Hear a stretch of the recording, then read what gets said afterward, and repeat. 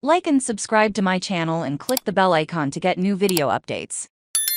The normally sleepy Jericho becomes the focus of spiraling violence in the West Bank. Jericho, West Bank. Israeli security forces killed 5 Palestinian men in an early morning raid in the normally sleepy city of Jericho on Monday.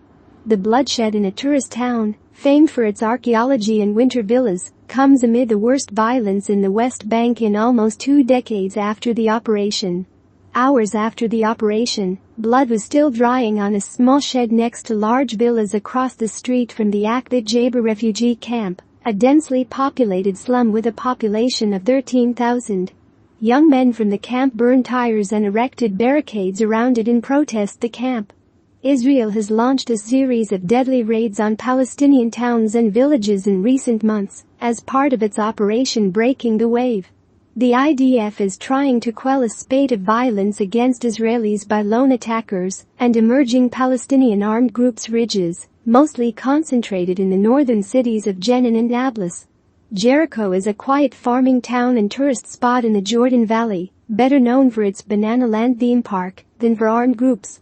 It is a stronghold of the increasingly unpopular Palestinian Authority, the Fatah party-led government agency, and was the home of C. Barakat, the former Palestinian peace negotiator who died in 2020, in a combination of a deep political void among Palestinians and the return of the Israeli Prime Minister Benjamin Netanyahu, who leads Israel's most right-wing government to date.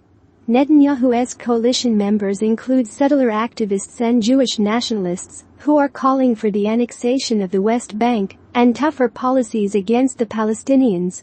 In the January 28 attack on the restaurant, the attackers fired a single shot before one of their weapons appeared to jam. 26 aimed at a militant cell killed 10 Palestinians, including a woman in her 60s. Jericho is in a part of the West Bank controlled by the Palestinian Authority, established in the 1993 Oslo Accords as a step towards a Palestinian state. But 2 decades later, there is little faith on either side in a two-state solution, as illegal Israeli settlements have spread across the West Bank.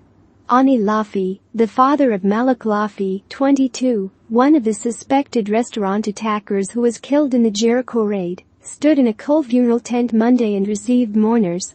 He was waiting for the IDF to return his son's body.